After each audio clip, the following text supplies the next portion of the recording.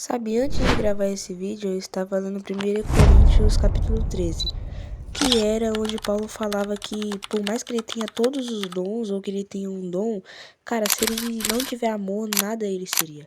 Isso me fez aqui a questão de eu ficar refletindo que, cara, não devemos seguir Jesus e fazer as coisas por obrigação ou por medo das consequências, mas devemos fazer por amor. Eu sou o Mano Benin e hoje a gente vai falar sobre esse tema.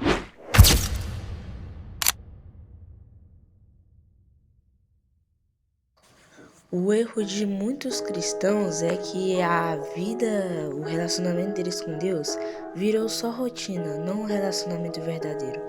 Eles leem a Bíblia, mas não meditam. Eles oram, mas não confessam. Ouvem pregações e até pregam, mas não vivem o que pregam.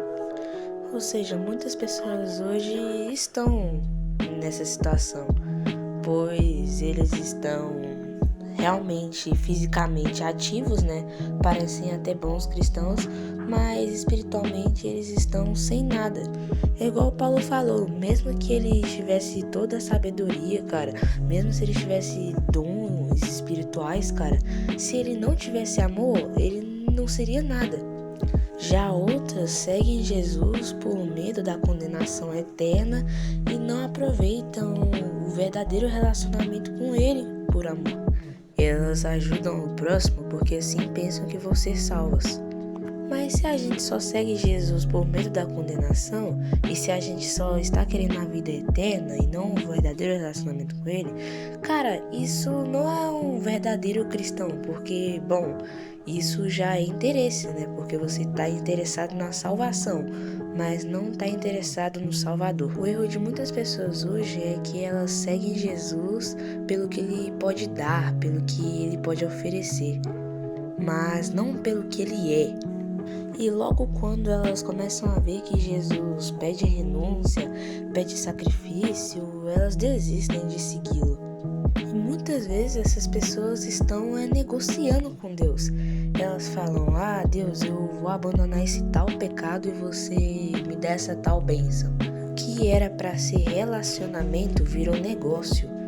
E o que era para ser um pai virou um negociador na visão dessas pessoas. A questão é que os dois tipos estão errados. Não devemos seguir Jesus por medo da condenação e nem devemos seguir Jesus pelo que Ele tem a oferecer, mas por amor. Isso verdadeiramente só começa a acontecer quando a gente percebe que a gente está respirando hoje já é um sinal da sua graça que Ele tem por nós, porque a gente não merecia estar aqui. A cada segundo que a gente está aqui, a gente deve agradecer a Deus porque é a misericórdia dele. Devemos seguir por amor àquele que nos amou primeiramente na cruz do Calvário. O verdadeiro problema de tratar a vida cristã como uma rotina e não como um relacionamento é que você não busca real intimidade. Quando você vê que tem coisas que você precisa mudar e que a Bíblia condena, você não tem animação para mudar, você não quer mudar. Claro que nunca vai ser fácil mudar hábitos, né, que a gente fazia quando a gente era do mundo. Mas a gente quer mudar porque a gente sabe que isso desagrada ao Senhor. E a gente quer mudar porque queremos ter uma vida que glorifica a Ele e não ao mundo. E o que vive preso com medo da condenação eterna, ele não segue Jesus por amor, mas por medo da condenação. É igual um pai que você só obedece o pai não por amor a ele ou por amor porque ele sabe o que ele está falando, mas você só segue porque tem medo do castigo. E não porque ele é seu pai e ele sabe o que ele está falando, que ele fala o que é melhor para você. Aí a sua motivação para fazer as coisas e principalmente não obedecer começa a ser o medo da consequência. Pensa em um cristão que faz boas obras, que lê a Bíblia, que ora, mas ele faz isso só para agradar a Deus e só para ele não ser condenado. E não porque ele realmente quer ter intimidade com o Pai. E o que era para ser relacionamento virou medo. E quando a gente é um cristão que segue Jesus só porque ele pode dar e não pelo que ele é, a gente não está seguindo a real essência do Evangelho. Quando a gente começa a ser esse tipo de cristão, a gente não tá querendo seguir Jesus de verdade, mas a gente tá querendo as bênçãos que ele tem para nós. É como querer as bênçãos e não querer o abençoador.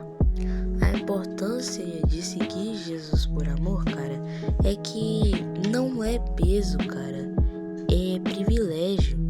Porque você só lembra que tá tendo esse acesso ao Pai através da grande misericórdia e compaixão que ele teve de ti. Quando verdadeiramente você confia tudo a Deus, porque sabe que ele é seu Pai e que ele não é só um gênio da lâmpada, cara, como outras pessoas pensam, né? Você vê que o que ele fez por nós, cara, é algo que quase nenhuma outra pessoa faria, cara.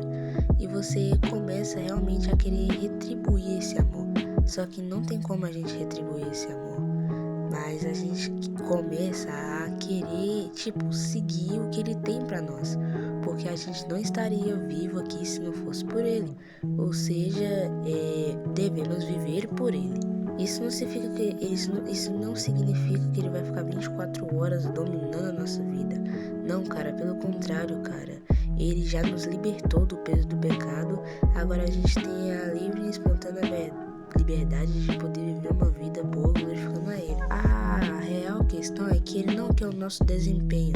Ele quer a nossa sinceridade e o nosso coração quebrantado.